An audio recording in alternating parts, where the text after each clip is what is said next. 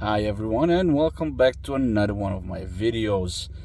Here I am once again sitting in the truck, and like many of you do, I was browsing TikTok because I got there too.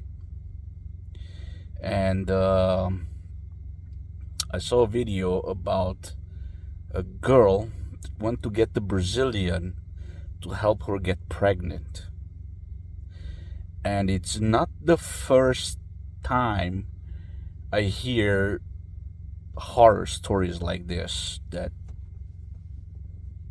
well, not a girl, it was a woman trying to get pregnant with a husband.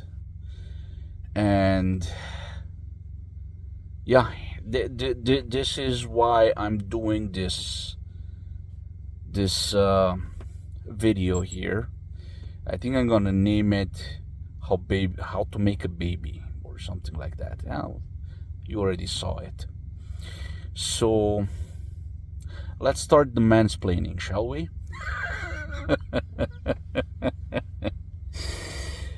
A major issue with women that are trying to get pregnant and for some reason they can't is simply stress. Okay, it can be on the part of the woman, it can be on the part of the man. It's not discriminating. So stress is a big issue. Try to take a vacation and have fun in that vacation. Maybe you can do it. Another thing can be a so-called uterine retroversion. The uterus is not sitting properly. It should be slanted forward towards the pubic bone, but instead it's slanted backwards. So that also can pose some issues. There can be other stuff. But if it's not medical, usually it's stress.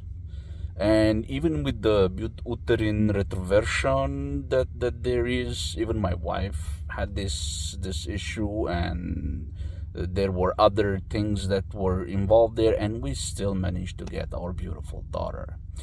So tips and tricks.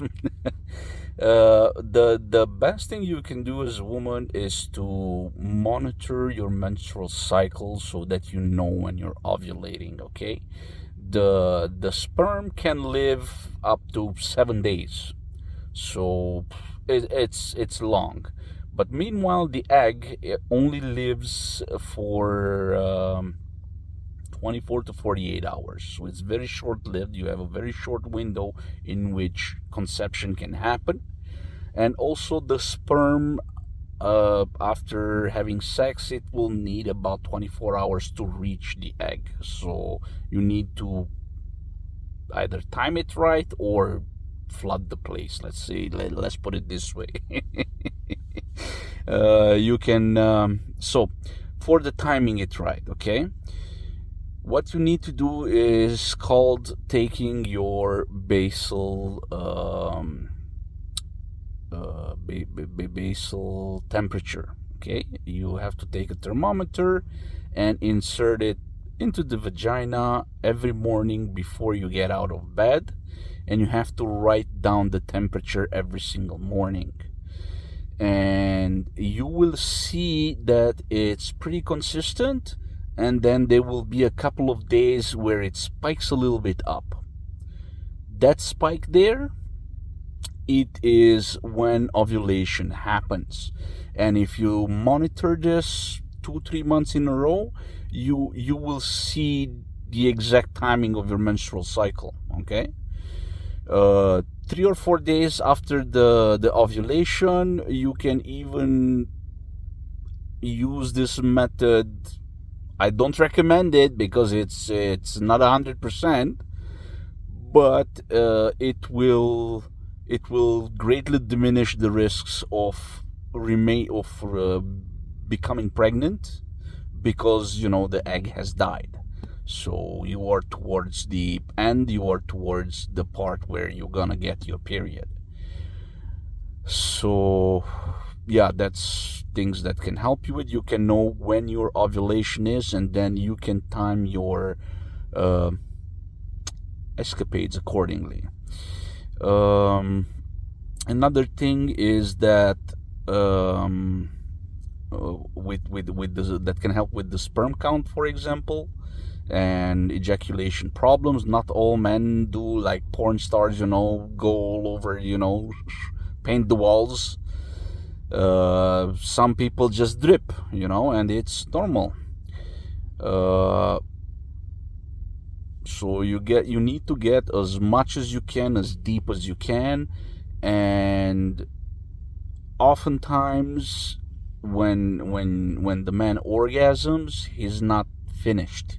Okay, when he orgasms, in some cases, is just the beginning, and the actual ejaculate will come after the orgasm has finished. So try to stay inside as long as possible.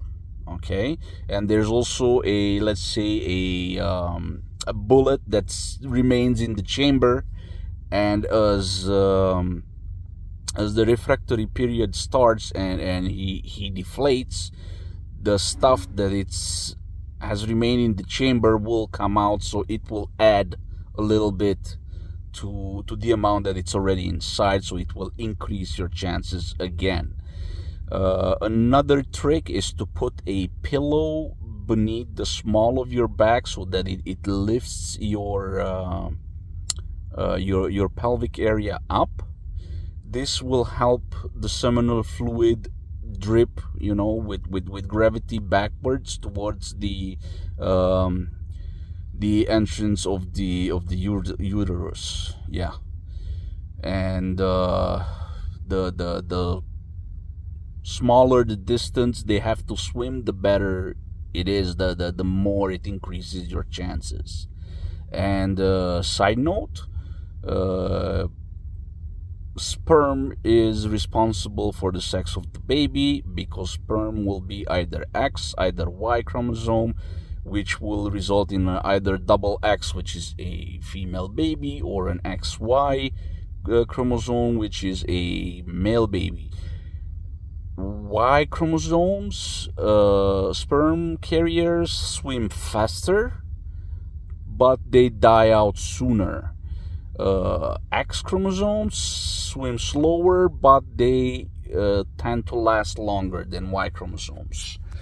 So also, if you're having difficulties conceiving because of the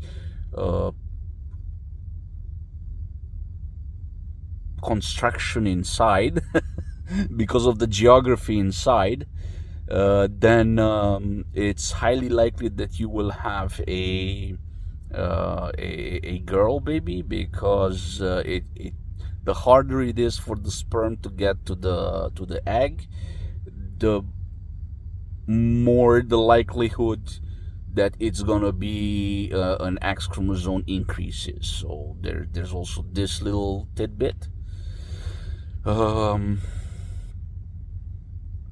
Yeah, so that's about it from tips and tricks that I have to share with you. Let me know in the comments if you know anything else. Let me know if you know any crazy stories, because I love those. You know me. And yeah, that's it. Thank you all for watching. Remember to like, share, and subscribe to keep the internet alive, and come see me on the next one. Thanks, and bye bye.